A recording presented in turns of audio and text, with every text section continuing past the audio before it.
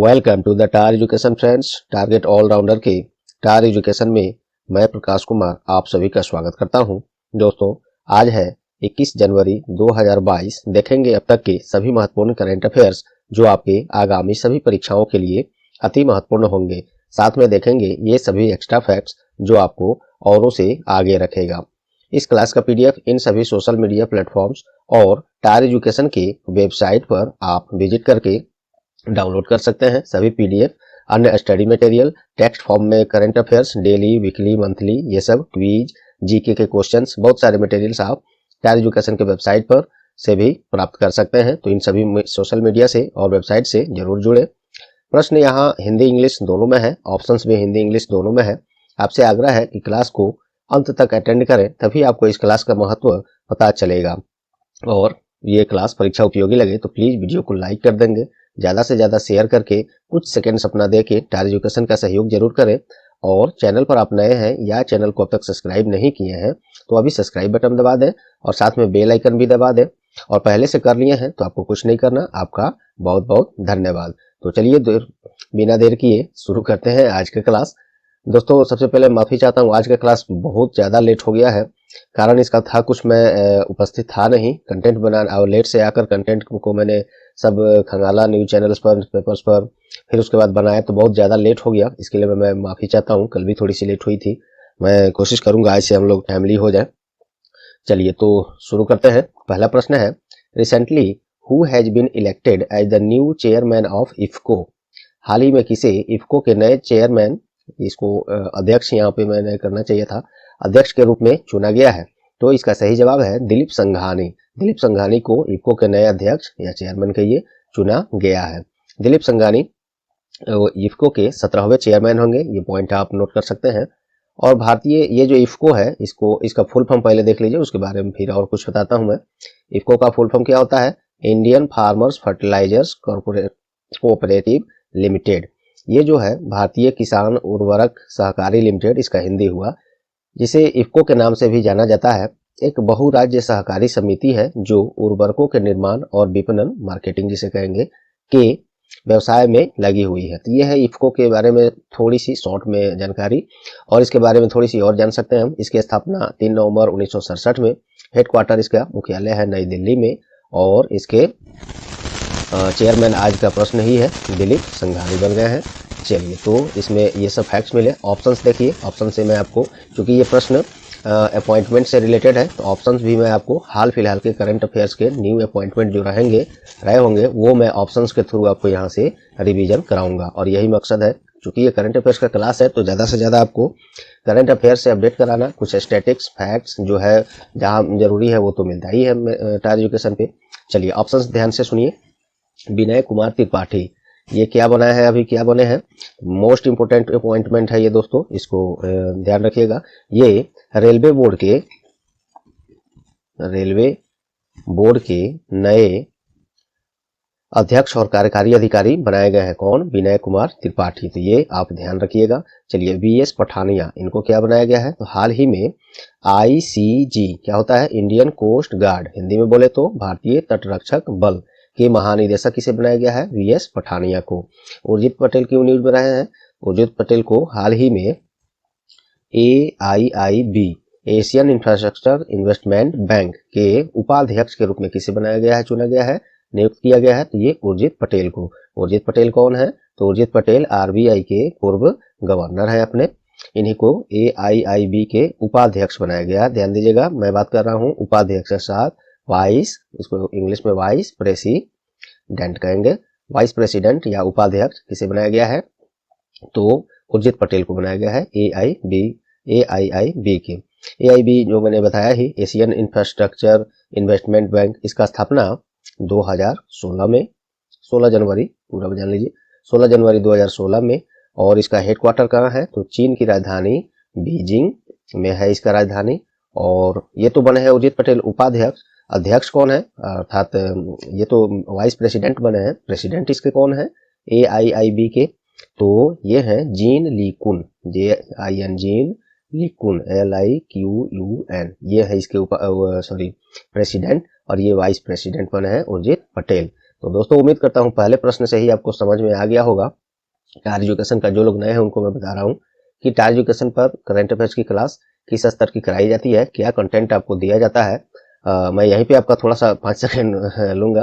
अगर पसंद आई तो बिल्कुल इसको लाइक अभी दबा दें, और लास्ट में अभी नहीं कहूंगा कि मैं आप वीडियो देखना बंद करके शेयर कीजिए, लास्ट में ही दोस्तों कुछ सेकंड देकर शेयर जरूर कर देंगे। आपके पास जितने भी पहुंच है, सोशल मीडिया ग्रुप्स है, पहुंच है वहाँ, और सब्सक्राइब नहीं किए हैं तो सब्सक्राइब जरूर कर लीजिए। पहले से कर लिए हैं तो बहुत बहुत धन्यवाद। चलिए दूसरा प्रश्न देखते हैं बिना समय गवाए। दूसरा प्रश्न है, हाल ही में हिंदुस्तान एरोनॉटिक्स लिमिटेड HAL ने किस देश को उन्नत हल्के हेलीकॉप्टर निर्यात करने के लिए समझौता किया है? तो ये इसका सही जवाब है मॉरिशस को। हिंदुस्तान HAL का मतलब क्या होता है? HAL ये यहाँ पे है ही, हिंदुस्तान एरोनॉटिक्स लिमिटेड। ये जो है इसके द्वारा उन्नत हल्के हेलीकॉप्टर, हेलीकॉप्टर का नाम भी मैंने दे दिया यहाँ पे, देखिए ALH MK3 को निर्यात करने के लिए मॉरिशस के साथ अनुबंध पर हस्ताक्षर किया गया है। तो ये आज का प्रश्न था, मॉरिशस के लिए ये दिया जाएगा, हस्ताक्षर हुआ है। आइए HAL के बारे में जान लेते हैं। फुल फॉर्म आपने ऊपर देखा ही, हिंदुस्तान एरोनॉटिक्स लिमिटेड। स्थापना इसका 23 दिसंबर 1940 में, और इसका मुख्यालय है बेंगलुरु में, कर्नाटका। और इसके चेयरमैन कौन है? R माधवन। मोस्ट इंपोर्टेंट है, इसमें से कई बार सभी इसमें से पूछा जा चुका है। मॉरिशस के साथ इसको बेचा जा रहा है, समझौता हुआ है, उसके बारे में देख लीजिए। कैपिटल इसका पोर्ट लुइस है मॉरिशस का। मुद्रा वहां पे मॉरिशियन रुपी चलता है, हम लोग के यहाँ इंडियन रुपीज है। पाकिस्तान में पाकिस्तानी रुपीज है, श्रीलंकन रुपीज है, ये आसपास के पड़ोसी लोग के यहाँ भी रुपी ही चलता है अपने कंट्री के नाम से। चलिए, और वहां पे मॉरिशस के प्रधानमंत्री कौन है? प्रविंद जुगनौथ। चलिए ऑप्शन से हम लोग खेल लेते हैं थोड़ा, ऑप्शन से खेलने में ही जो मजा है वो और कहीं नहीं। चलिए, तो चूंकि ये प्रश्न किस पर बेस्ड है? समझौते पर बेस्ड है, तो आइए ऑप्शन में भी हम लोग कुछ नई समझौते जो कुछ कंट्री से हुआ है वो हम लोग देख लेते हैं। यही है तरीका टायर एजुकेशन पर आपको रिलेटेड फैक्ट्स ज्यादा से ज्यादा जब मौका मिले उतना आपको प्रोवाइड कराना। चलिए, तो ये तो मॉरिशस के साथ हो गया। हिंदुस्तान एरोनॉटिक्स लिमिटेड ये हेलीकॉप्टर बेचेगा ALH MK3, जैसा पॉइंट नोट रखिएगा। चलिए, फिलीपींस के साथ क्या हुआ है? तो हाल ही में ब्रह्मोस सुपरसोनिक क्रूज मिसाइल को खरीदने का पेशकश किस देश ने किया है? इसके लिए समझौता किस देश के साथ हुआ है? तो ये फिलीपींस। फिलीपींस देश जो है हम लोग के भारत के साथ ब्रह्मोस सुपरसोनिक क्रूज मिसाइल को खरीदने के लिए समझौता किया है, पेशकश किया है। और बस फिलीपींस के बारे में थोड़ा सा जान लीजिए। बाकी चीज मैंने इसके बारे में डिटेल में पिछले क्लासेज में बताया है, तो वो चीज मैं फिर यहाँ पे पूरा चीज करूंगा तो बहुत लेंदी हो जाएगा क्लास, और आपको याद रखने में भी परेशानी होगी। तो डेली हम लोग डेली आप लोग से आग्रह की क्लास अटेंड जरूर करें, कि जो जहाँ है जितने भाव में जैसे है वहां पे बताने का मजा कुछ और है। आप सही से उसको एब्जॉर्ब भी कर पाएंगे, क्योंकि अब यहीं पे अब टोटल चीज जो क्लास में इस पर आधारित, जो प्रश्न पर आधारित जो फैक्ट्स था मैं पिछले क्लास में दे चुका हूँ, वो यहाँ पे फिर से पूरा चीज देने लगूँ तो आपको वो सब बाउंस करने लगेगा। तो बस ऐसे तरीके से आपको बतलाना है हमें कि आपको वो बाउंस नहीं करे, याद होता जाए। तो इसलिए ज्यादा से ज्यादा जानकारी के लिए डेली अटेंड जरूर करें क्लास। फिलीपींस के बारे में जान लीजिए थोड़ी सी। उसका राजधानी क्या है? मनीला है। और फिलीपींस में मुद्रा क्या चलता है? तो फिलीपीन पेसो ये वहां पे चलता है। चलिए, वियतनाम की न्यूज में है।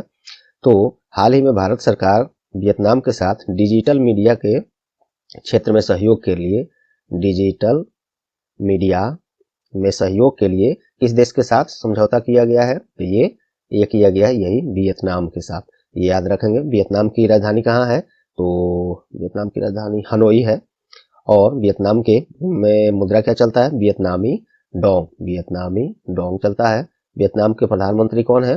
तो फाम मिंच चिन्ह CPV, ये वहाँ के प्रधानमंत्री हैं। और प्रेसिडेंट है नगुयेन जुआन फक। इसको लिख देता हूं मैं, प्रेसिडेंट जो है नगुयेन जुआन फक, ये वहाँ के प्रेसिडेंट हैं। चलिए, ये उम्मीद करता हूँ आपको ये सब यहाँ तक पॉइंट आराम से याद हुए होंगे। न्यूजीलैंड के साथ क्या है? तो साइबर क्राइम को कम करने के उद्देश्य से हाल ही में भारत सरकार किसके साथ समझौता किया है? ये न्यूजीलैंड से। न्यूजीलैंड की राजधानी कहाँ है? तो वेलिंगटन है। वेलिंगटन न्यूजीलैंड की राजधानी है। यहाँ पे मुद्रा क्या चलता है? New Zealand dollar. मैं जो बोल रहा हूँ वो और लिख रहा हूँ, सो दोनों मिला के समझिएगा, समय बचेगा वैसे दोस्तों। न्यूजीलैंड डॉलर वहाँ का मुद्रा है। और प्रधानमंत्री न्यूजीलैंड के कौन है? जेसिंडा अर्डर्न, ARDERN, अर्डर्न, ये वहाँ के प्रधानमंत्री हैं। और सबसे बड़ी बात, न्यूजीलैंड की ये पहली महिला प्रधानमंत्री भी हैं, इसको भी आप याद रखिएगा। तो इसी तरह से आपको भी दोस्तों याद रहना चाहिए जो मैंने अभी बताया, एक से एक दूसरे को लिंक करके आपको भी इसी तरह से याद होना चाहिए, क्योंकि मुझे तो पढ़ाना है, आपको पढ़ाना नहीं है। आपको क्या है, एग्जाम में आगे रहना है सबसे। तो इस तरह से आपके पास भी इस तरह का होना चाहिए पढ़ाई कि आप एक चीज पढ़े तो उसके साथ अचानक दिमाग में कई सारे चीज रिलेटेड दिखने लगे, झलकने लगे, ऐसी आपको भी होनी चाहिए। तभी आप सबसे आगे माने जाएंगे, और आगे हैं तो स्वतः रिजल्ट आएगा ही। रिजल्ट आएगा तो आपका सिलेक्शन होगा ही, सबसे पहले डंके आपके यहाँ बजेंगे। चलिए, हाल ही में पहली ब्रिक्स शेरपा बैठक 2022 का आयोजन किस देश की अध्यक्षता में किया गया है? ये चाइना की अध्यक्षता में किया गया है। ये नोट कर लेंगे आप, चाइना में इस ब्रिक्स शेरपा बैठक 2022 का आयोजन किया गया है। 18 से 19 इसी माह में किया गया है दोस्तों। वो चीज मैं शायद यहाँ नोट नहीं कर पाया, लेकिन याद है मुझे। चलिए, और एक चीज और, ये ब्रिक्स शिखर सम्मेलन 2021 का आयोजन कौन किया था? इस बार हम लोग का देश भारत के द्वारा की अध्यक्षता में किया गया था। ब्रिक्स क्या है? तो ब्रिक्स देखिए 5 प्रमुख उभरती अर्थव्यवस्थाओं का समूह है, जो ये देखिए BRICS 5 तो है, यही 5 देश हैं और शॉर्ट में इसको ब्रिक्स बोला जाता है। क्या नाम है वो यहाँ देखिए, ब्राजील, रूस, भारत, चीन और साउथ अफ्रीका। यही है ब्राजील, रूस, इंडिया, चाइना, साउथ अफ्रीका। ये 5 देशों का ग्रुप है उभरती अर्थव्यवस्थाओं का, और इसका स्थापना सन 2006 में जून महीने में, और हेडक्वार्टर चीन की एक शहर है संघाई, वहां पे इसका मुख्यालय है। आइए ऑप्शंस देखते हैं। ये चूंकि वेन्यूज से संबंधित प्रश्न है तो आपको ऑप्शन से भी मैं कुछ वेन्यूज जहाँ पे क्या कहाँ क्या हुआ है ये चीज मैं ऑप्शन में बता रहा हूँ, मोस्ट इंपोर्टेंट है, इसको भी सुनिए।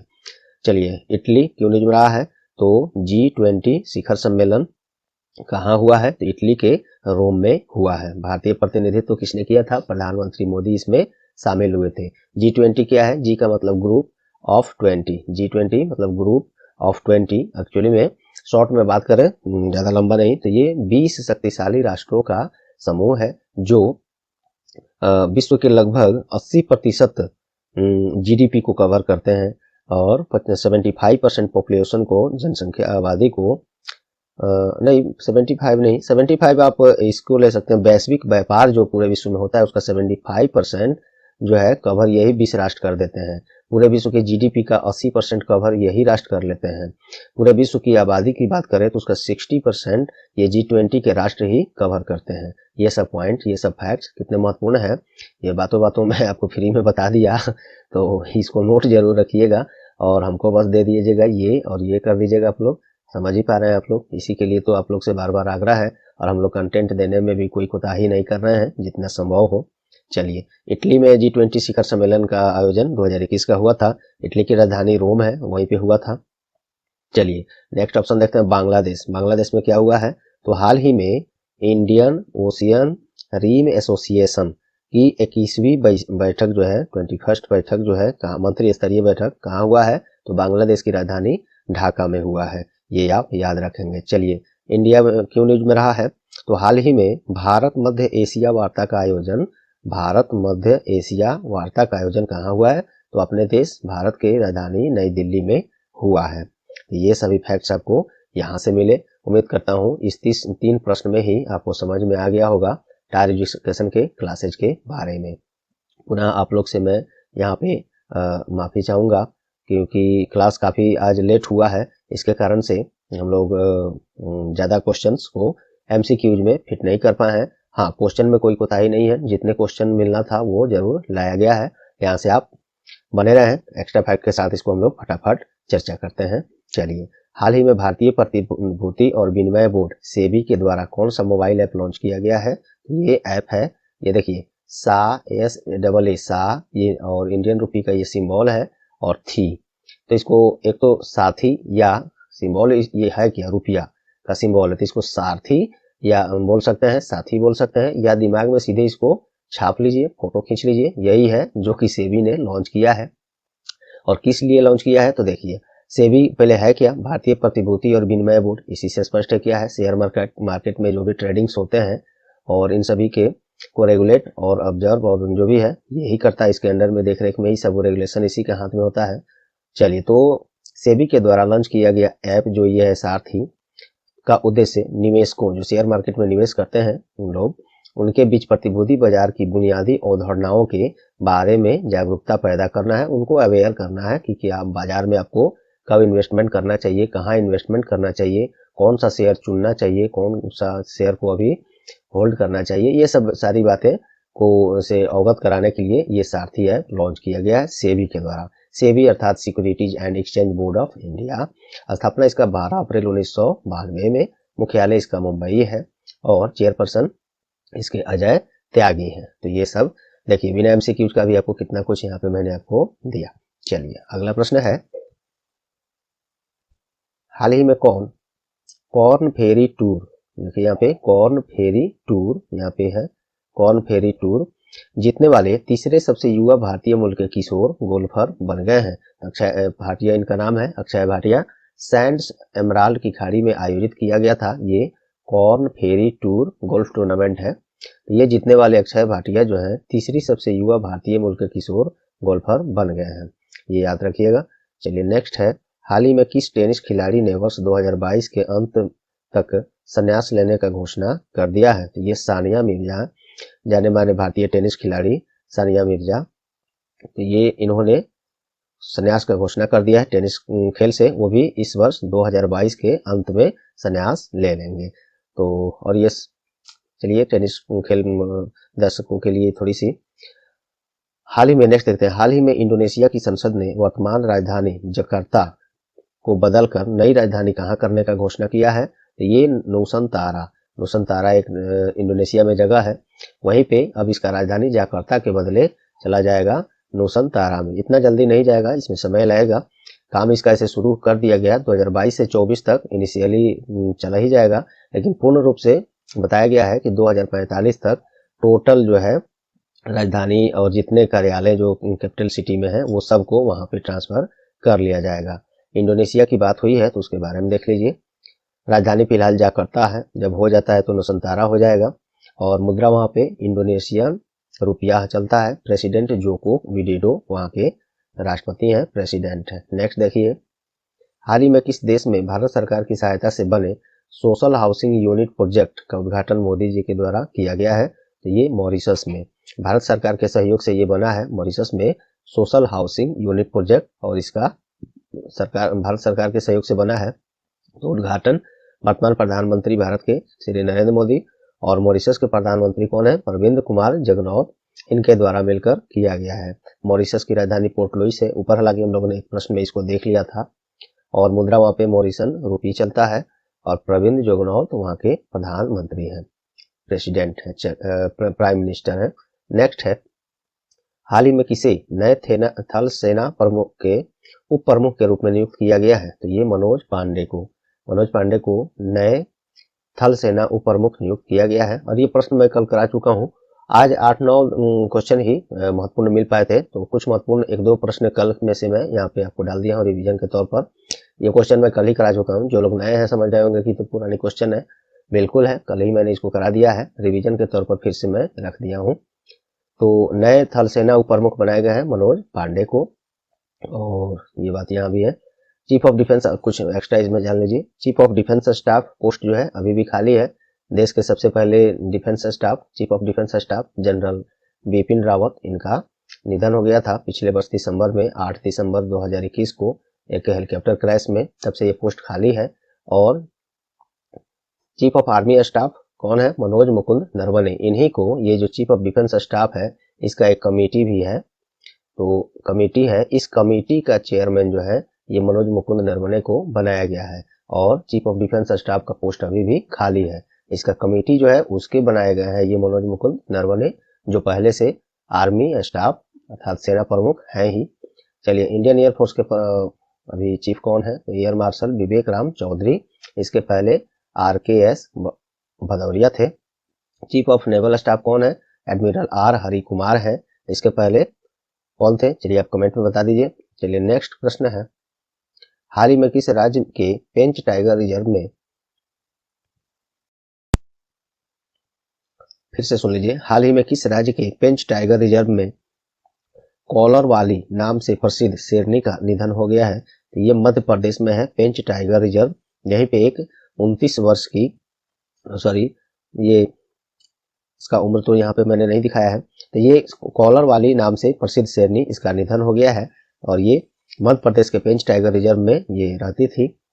वन विभाग के द्वारा ऑफिशियली इस शेरनी का नाम T15 रखा गया था। देखिए यहाँ पे है T15 रखा गया था, लेकिन आसपास के नेटिव लोगों के द्वारा इसको कॉलर वाली शेरनी के नाम से भी पुकारा जाता था।